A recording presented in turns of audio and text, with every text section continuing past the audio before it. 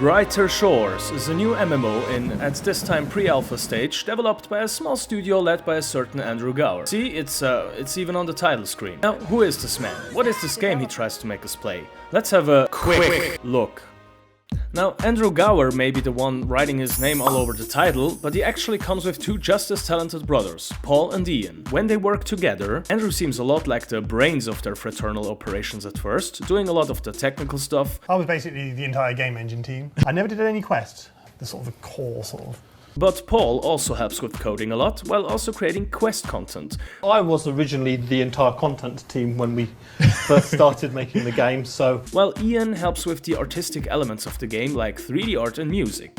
2D graphics work for monsters and players, which were of course 2D in the original game. Like if Andrew is the brain, Paul is the lungs, and Ian the heart, or something along these lines. Say whatever you want, but these three rambunctious rune-coding rapscallions got the dog in them. Because amidst a society complaining about the ever-grinding chore of reality within this world of hyper-capitalism, they managed to create a game causing millions of young, and meanwhile oftentimes already elderly, boys and girls to freely shackle themselves to menial labor and inane repetition tasks.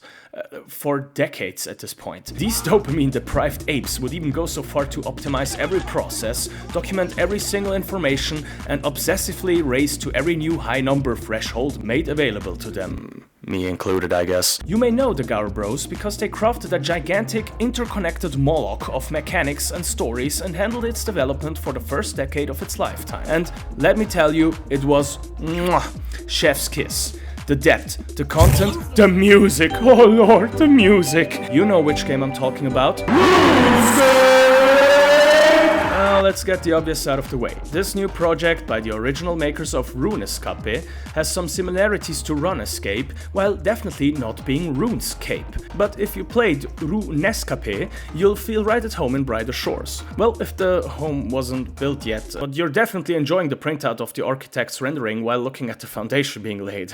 No, but seriously, I want to clarify this right here, because I see a lot of OSRS veterans expect Brighter Shores to just be able to replace RuneScape right away, but hey, this isn't, and it also isn't trying to be, an equivalent to RuneScape as we know it that we're playing here. At least yet. The cake is not in the oven. Hell, it's rising dough at this point. We're basically playing 2024 Devious mod. Okay, so I'm just gonna ask, so guys, I have a confession to make. I played a different game last night. I am terribly sorry for this. Skill issue. We're playing the equivalent of Devious mod at this point in time.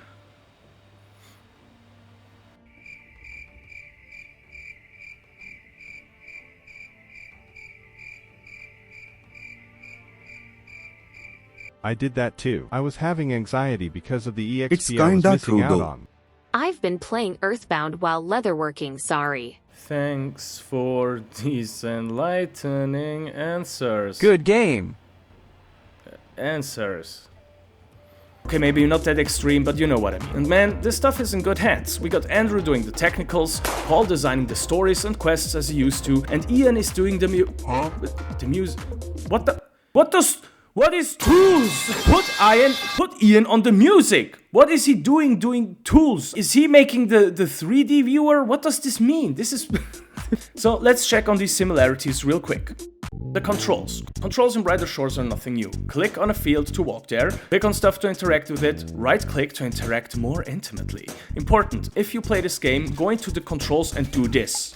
Just do it, believe me. You can move the camera by holding mouse click or WASD. Like, who is using WASD? Okay, but and that's it. Just like in RuneScape, most of the depth comes from the rising amount of binary interactions interlinking and stacking on top of each other. Example, you click the wood, you get some wood. You click the sawmill with wood, you get some planks. You click the wood lathe with planks, you get poles. You use poles to create weapons, and in the future other skills will also require a lot of wood. This is one example. Let's leave it at that. The skills.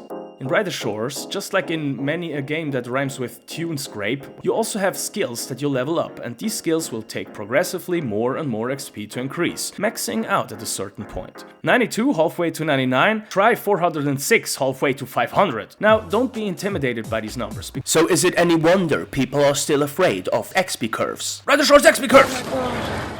because A, the level cap of 500 is not equal to the 99 cape, but the 200 million XP cap instead, but this time with additional unlocks until the very end, instead of stagnating XP after 99. B, does it really take longer than getting maxed in early RuneScape? If you compare these games' curves, they are very similar. Brighter Shores has some specific increases around level 20 and 200, which would be 99 in RuneScape. Also, personally, it's not really about reaching 99 or max XP or whatever, but the journey to getting more levels instead. And there we kinda have to wait for more content in this regard. And there's also already the first level 500s in certain skills, so... C. The materials and monsters in Brighter Shores also level up with you when your skill gets better, which leads to bigger and bigger XP drops with you needing more and more XP. So it kind of balances it out. And D. It's not only steadily growing XP gain that you get here, but additionally every few thousand XP you'll get this so-called knowledge point, allowing you to slam some extra XP on a skill over 20 of your choosing. This goddamn bar is so good. It's like a constant dopamine injection right into my fucking brain. It's like a constant genie lamps you can work towards. Seriously, these knowledge points are an awesome idea and really help overcoming or even skip some of the grinds. Also, E. There's activities you can have your character do when you log out to get some additional XP and money up to 24 hours after going offline, and you'll even unlock so-called ventures as well, enabling you to also passively generate some XP and items every few hours. The grind may all over take longer than many may be used to now with OSRS and all its different activities, but there's many crutches to the grind available as you can see. But the skills are set up differently than in RuneScape though. You will unlock them in episodes and the XP gain will be contained within these corresponding episodes. This is quite a controversial difference, and I've also got some mixed feelings on it, but hear me out. In general, the end products of skills of earlier episodes will be useful in skills coming in later episodes. You can see Gowers set this up, also with the teased skills for episode 5, that is soon to come out, I guess. Collection skills net you mats to use in crafting skills, which then net you products you can use in combat or other skills again. And if you sell them, you get money, and money is shared over all regions, it's always the same, which allows to generate wealth in one episode and bring it to the next then, and use it there. Also, player trading is coming soon, so basically I think this episodic nature will be quite eliminated when everyone can trade all over the episodes with each other, but we'll see how it goes. I think this is okay in general, as it works quite well for most of these skills, like you cut wood in the forest area, you do mercantilism in the city area, thematic stuff like that. Where it doesn't work is A, with skills that overlap and function too much in what they are like foraging and gathering, and B, combat. While foraging and gathering could still be argued for, I really don't like how it's looking for the combat skills at the moment. Let's look at the combat.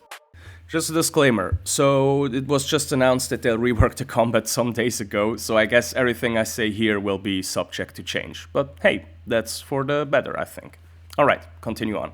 It's okay, but you have to completely change your mindset. See these combat skills as regional slayer, basically. You learn how to deal with these regional threats while improving your armor and weaponry with your crafting skills separately. Is this awesome?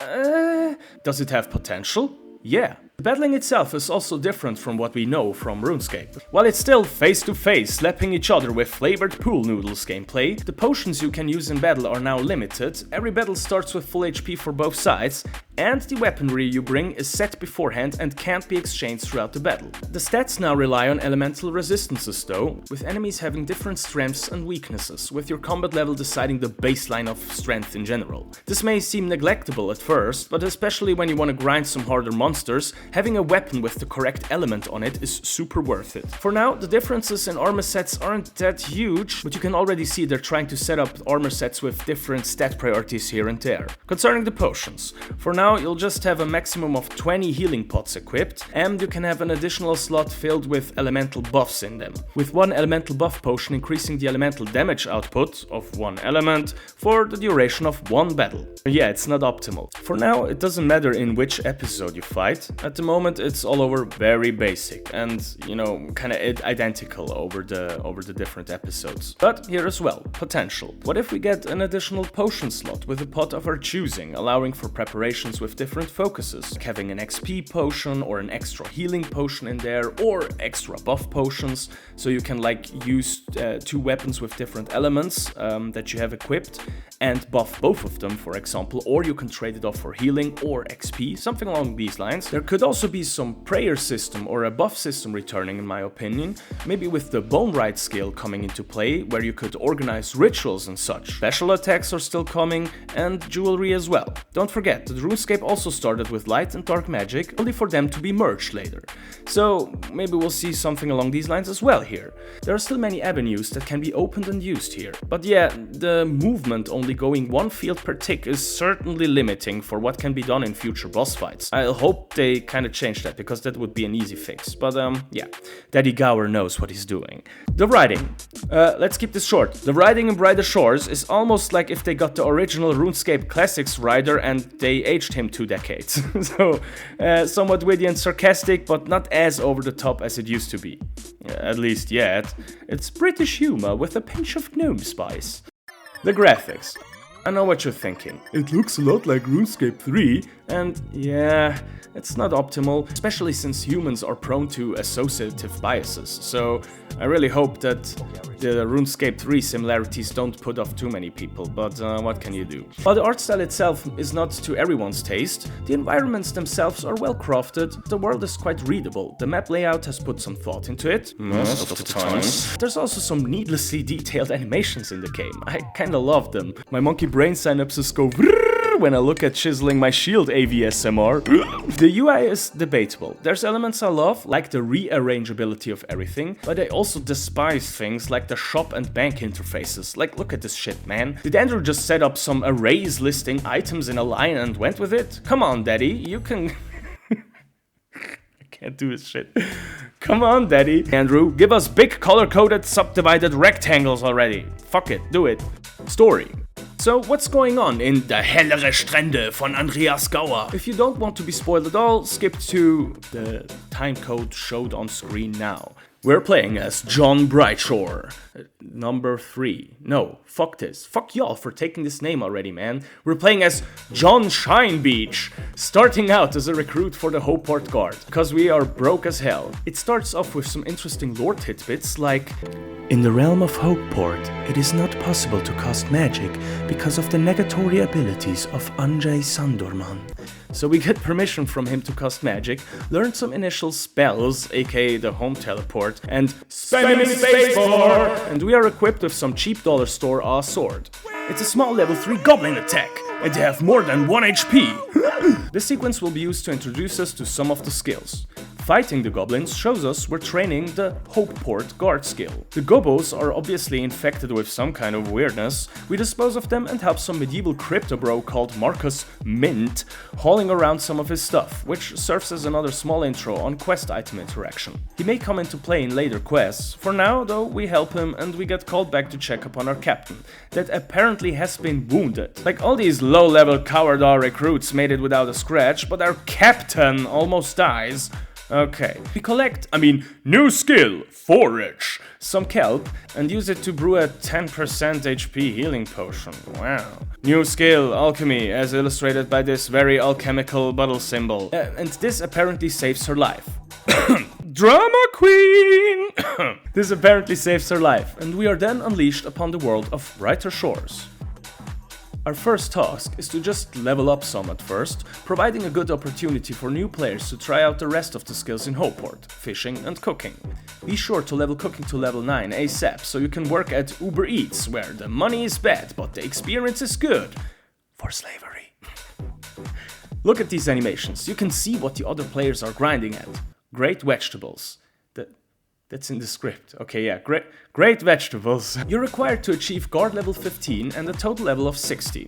Get some easy guard experience by doing this 1-star obelisk quest, which is basically necessary and just an extension of the tutorial, to be honest. As the armor and weapons in this game are region locked, so to say, sometimes items will drop untuned, allowing you to choose for which region you want to activate them, in the 1% where it's worth it and you don't just sell it, yeah. To do this, you'll need this quest. The small story here also hints at the upcoming class selection, if you will, by introducing us to a cryonite that will do the tech support for us. Okay. Guard level 15 unlocks the ranged weapon, which you'll need to get an edge in fights, allowing you to win against more difficult mobs more easily, but you really just use it in the beginning of the battle to get some hits in before the melee fight begins. At least for now, that's all they're used for.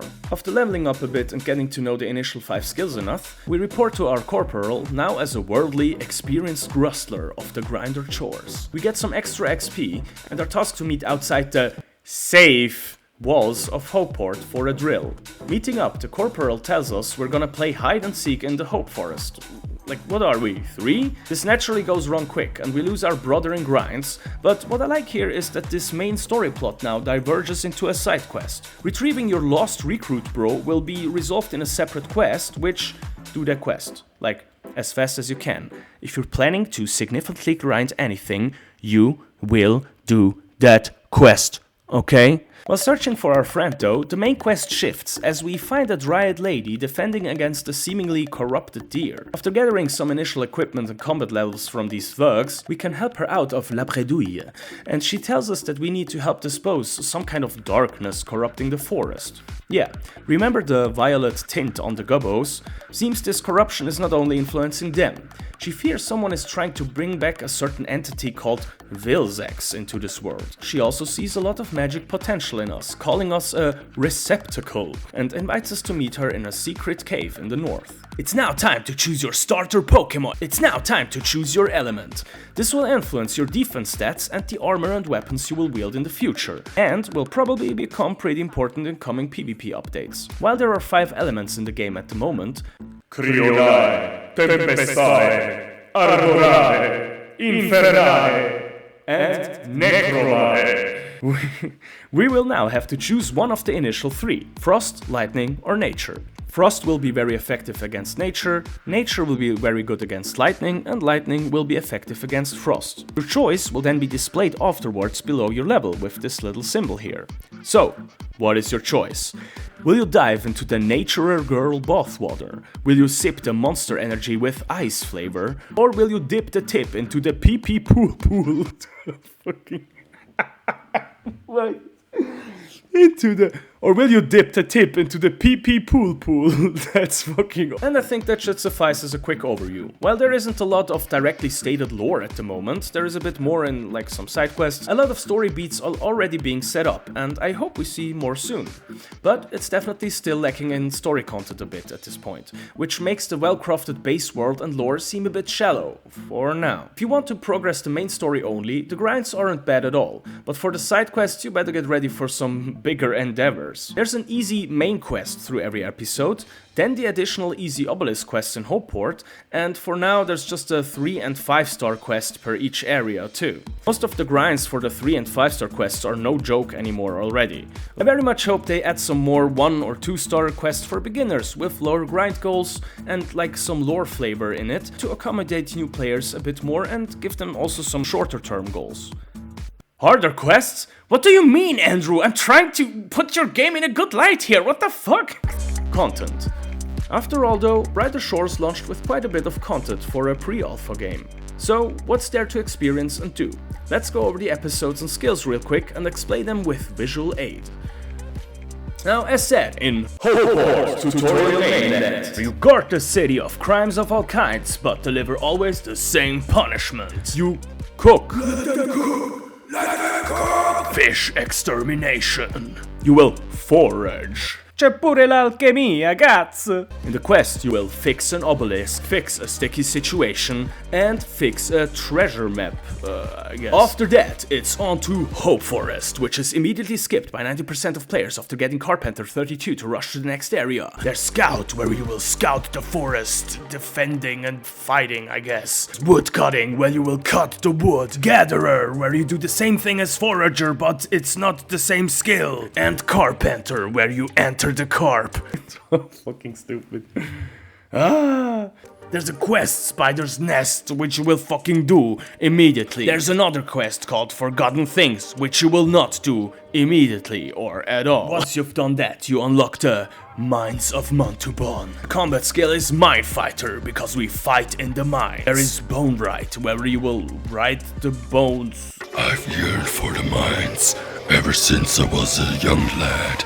The mines have been calling me. There's Smithing, where you'll commit smithicide because of the fucking inventory management it brings. And Stone Masonry, where you will mason the stone. The quests are like, meet the Tortellini family, open this tunnel and then use it and send the goblin to work. There's another really difficult quest, cause the grind is really insane. And at the moment of writing, last available area, Los Angeles, Crinopolis, soon to be Necropolis if the crime rate keeps up. Watch Person, where you watch a person and then proceed to kill them. The Detective skill, where you also watch a person and then sometimes proceed to kill them. Leatherworker skill, where you work the leather. Buy it, soak it, bait it, lime it, stretch it, scrape it, discount, merch it, host it, patch it, tan it, wear it, tear it, ask it, sell or bank it. Leatherworking. And merchant skill for the alternative runecrafting gameplay experience. And soon to come, Stonemaw Hill, episode 5, where you will get a necklace. The skills there will be, I guess, armorer, builder, worm, or shield bearer.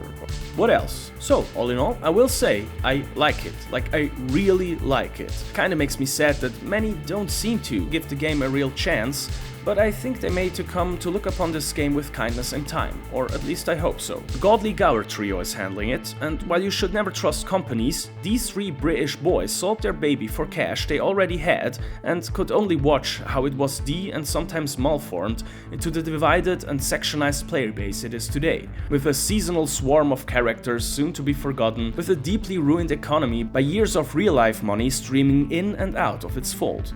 I love old school RuneScape, okay? I don't want to discredit it, but I feel this is the chance for the initial creators to have a new start without handing it off into the wrong hands. And what they and their small team have created up until now is a very promising foundation in my opinion, grindy as it may be, for now. Hey, when RuneScape started, its grind was also looked upon similarly. I also see some in the old school RuneScape community not giving it a chance at all, and the reception has been mixed. I'll be honest, I would also prefer it to be a fully interconnected world. I would also prefer it to have all of these skills be usable everywhere.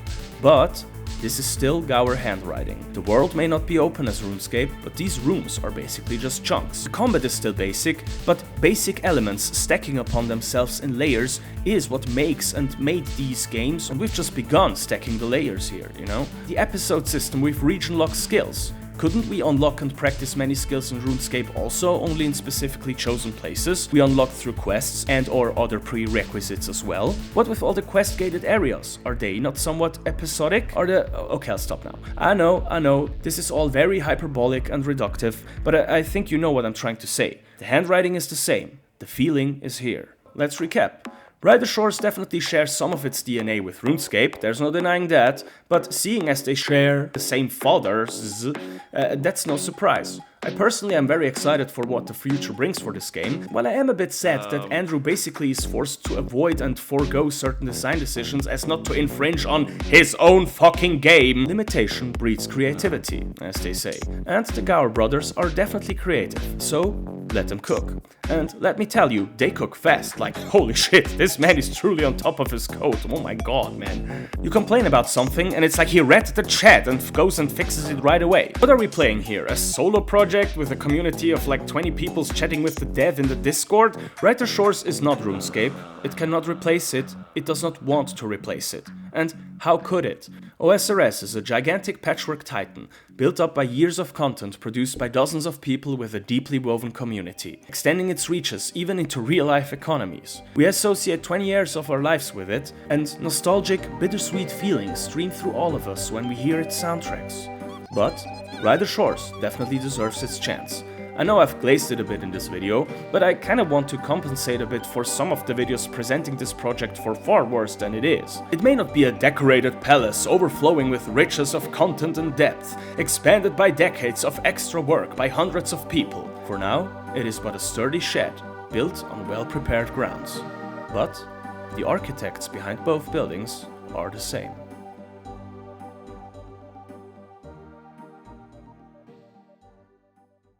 Hey, thanks for watching. Like and subscribe or I'll uninstall the authenticator of your phone and you'll have to do the whole re-authentication process with Jagex stupid fucking menus again. Okay, bye-bye.